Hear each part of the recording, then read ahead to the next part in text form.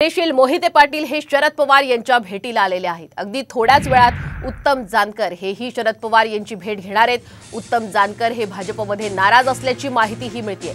माढा लोकसभा मतदारसंघाच्या बाबत दोघांमध्ये चर्चा सुद्धा होणार आहे। माळशिरसमधून जानकर हे भाजपचे मोठे नेते आहेत आणि जानकर यांनी फडणवीस यांची भेट सुद्धा याआधी घेतली होती आणि त्यानंतर ते आता शरद पवार यांच्या भेटीसाठी आलेले आहेत। त्यामुळे चर्चांना एकच उधाण आलंय। साम टीव्हीवर आपण ही एक्सक्लुझिव्ह झलक सुद्धा पाहतोय। धैर्यशील मोहिते पाटील हे शरद पवारांच्या भेटीला आहेत आणि थोड्याच वेळात उत्तम जानकर हेही पवारांची भेट घेणार असल्याचं कळतंय।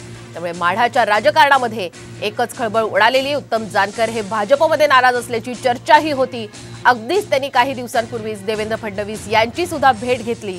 त्यामुळे माढा लोकसभा मतदारसंघाबाबत आता नेमका आजच्या या बैठकीमध्ये काय चर्चा होतीये हे पाहणं महत्त्वाचं असेल।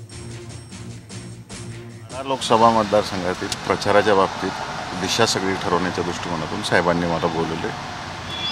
साहेबांची भेट घ्यायला आलो त्या दृष्टिकोनातून। आज तोडगा निघेल पवार साहेबांसोबत काय या सगळ्या याच्यामध्ये आर्मी उत्तर मिळेल तुम्हाला जानकरांना सोबत घेण्याचं? बघूया काय काय होतं।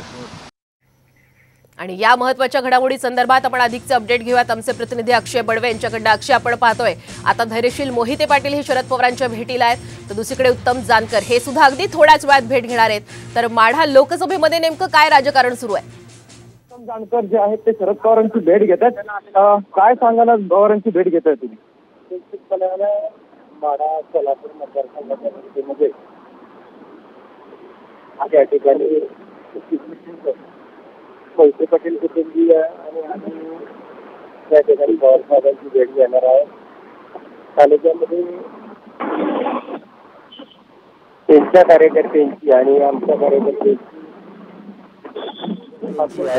कार्यकर्त्यांची असं पवार साहेबांना मानणाऱ्या कार्यकर्त्यांचं मत आहे की तुम्ही पवार साहेबांची जाऊन भेट घेऊन त्या ठिकाणी मार्गदर्शन घ्यावं आणि येणाऱ्या 19 तारखेला आमची निर्णायक बैठक आहे। त्या बैठकीमध्ये काल आम्ही देवेंद्र फडणवीस साहेबांनाही भेटलो होतो, त्यांच्याबरोबर झालेली चर्चा आणि आज पवारसाहेबांनी मोहिते पाटील यांच्यासोबतची झालेली चर्चा, कारण आम्ही एकमेकाच्या विरोधात आजपर्यंत लढलेलो आहोत।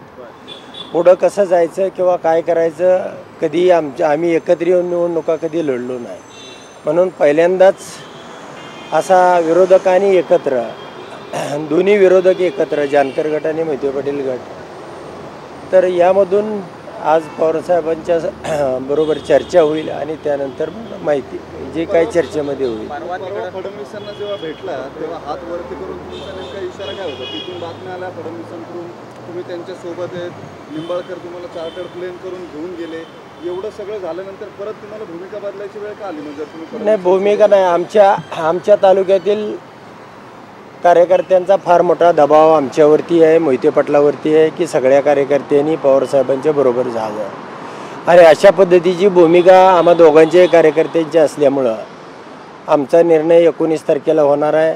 फडणवीस साहेबांबरोबर जी आमच्या गटाच्या फायद्याची झालेली चर्चा आणि आता पवारसाहेबांबरोबर विरोधकांनी आम्ही म्हणजे मोहिते पाटील आणि आम्ही ही एकत्र येऊन कशी निवडणूक पुढं न्यायची किंवा काय करायची असा महाराष्ट्रामध्ये प्रयोग झाला नाही आणि हा पहिलाच प्रयोग आहे आणि पवारसाहेब त्यामधून काय मार्ग काढतात, काय मार्गदर्शन करतात यासाठी आम्ही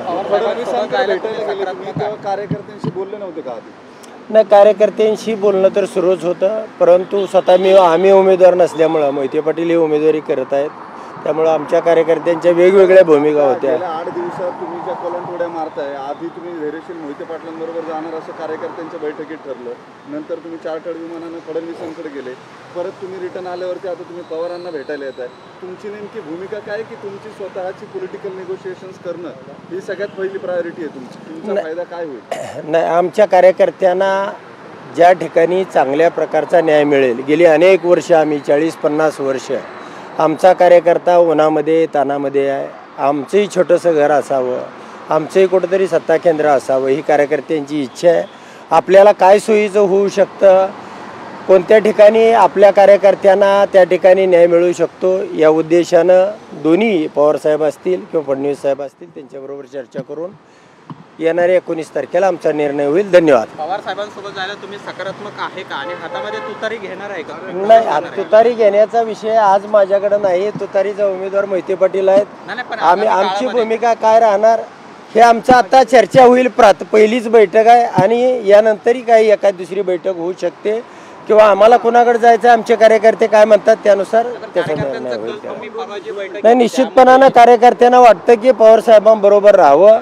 अनेक कार्यकर्त्यांचा आमच्यावरती दबाव आहे, मोहिते पाटलावरती दबाव आहे आणि त्यासाठीच आम्ही या ठिकाणी बैठक केली काय भूमिका आहे तुम्हाला नाही. निश्चितपणाने 19 तारखेला कार्यकर्ते जे म्हणतील त्या पद्धतीचा निर्णय होईल. धन्यवाद. आज पवार साहेबांसोबत काय चर्चा होणार आहे? आता चर्चामध्ये तुम्ही फडणवीसांसोबत गेले होते त्यात काही तथ्य नाही. आता त्या दिवशी जे हात वरती केले त्यात काही तथ्य नाही. तुम्ही थोडक्यात पवारांना भेटती नाही ती चर्चा झाली त्यावेळेला आता त्यांची भूमिका असती प्रत्येकाची आपापली. तुमची त्या दिवशीची भूमिका बदलली का आता? असं नाही बदलली नाही आमची. फडणवीस साहेबांबरोबर सोबत आहे. ती जी झालेली चर्चा होती फडणवीस साहेबांबरोबरची, आमच्या गटाला न्याय काय मिळू शकतो ती भूमिका त्या ठिकाणी आम्ही मांडणार आहोत. आणि आता पवार साहेबांच्या बरोबर थेट विरोधकाबरोबर जायचं आहे किंवा त्यांच्याबरोबर आपल्याला एकत्रित येता येते का, आणि मग ते एकत्रित येता येत असेल तर कशा पद्धतीचं मार्गदर्शन साहेब. भाड्यामध्ये बदल तुम्ही एकत्र जर लढणार असाल तर हे समीकरण कसं जुळून येणार?